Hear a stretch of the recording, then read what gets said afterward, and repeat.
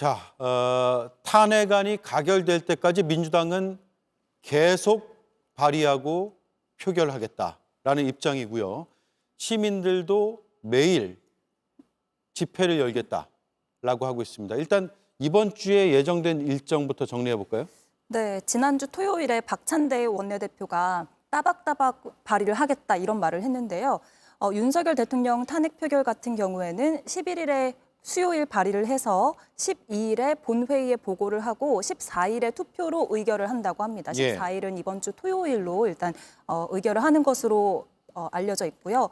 그리고 내란 특검법과 네 번째 김건희 특검법도 이번 주에 발의를 해서 김건희 특검법 같은 경우에는 이르면 12일에 예. 표결을 한다고 합니다. 그래서 대통령의 고유 권한인 거부권이 이번에도 또 행사가 될지가 좀 주목되고 있습니다. 네, 탄핵안을 수요일 날 발의해서 목요일 날 보고하고 토요일에 국회 본회의에 올려서 표결 처리하겠다라는 거고요. 내란 특검, 김건희 특검 12일 목요일에 본회의를 통과시키는 게 목표라는 게 지금 민주당의 일단 공개된 일정이 그렇습니다. 이번 주 토요일은 저런 집회 열기와 시민들의 요구로 인해서 결과가 달라질 수 있을까요? 저는 민주당과 국민들이 국민의힘에게 마지막 기회를 주는 거다라고 생각을 합니다. 이게 토요일 날 하는 가장 큰 이유는요.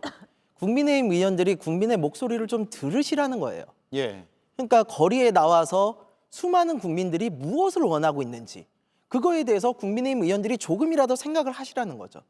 그래서 국민들의 명령을 따라서 탄핵에 찬성을 하라라는 거거든요. 지금 쉽게 말하면요.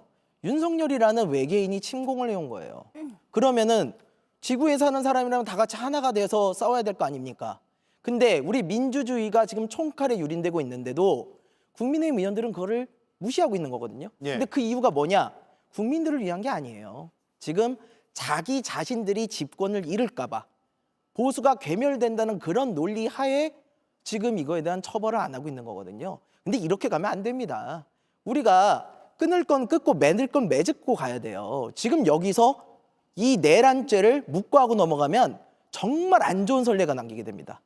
그래서 저는 이번 토요일에 국민의 목소리를 잘 듣고 국민의힘이 마지막 기회를 반드시 살려주기를 바랍니다. 네. 자, 결국 그 키는 한동훈 대표와 국민의힘 지도부가 쥐고 있는 것 같습니다. 일단 한동훈 대표 오늘 하루 종일 침묵을 이어갔고요. 기자들이 조금 전에도 바로 붙어서 질문을 하려고 했지만 답은 나오지 않았습니다. 일단 현장 영상 보겠습니다. 오늘 좀 그 의원총회에서 나온 얘기들 좀 총리랑 좀 말씀하셨나요? 야당에서 직무배제가 좀 위헌적이란 지적이 나오는데 혹시 관련해 가지고 논의를 하신 게 있으시면 한 말씀 부탁드리겠습니다. 좀 대통령 퇴진 시기와는 좀 진전된 논의가 있으신지. 네, 서영주 의원님. 한동훈 대표 왜 침묵을 이어갈까요? 이제 좀 정신이 드나 보죠. 내가 무슨 일을 했지? 그런 정신이 좀 든 거라고 생각합니다. 지금 보면 7일 날 정말 의아했잖아요.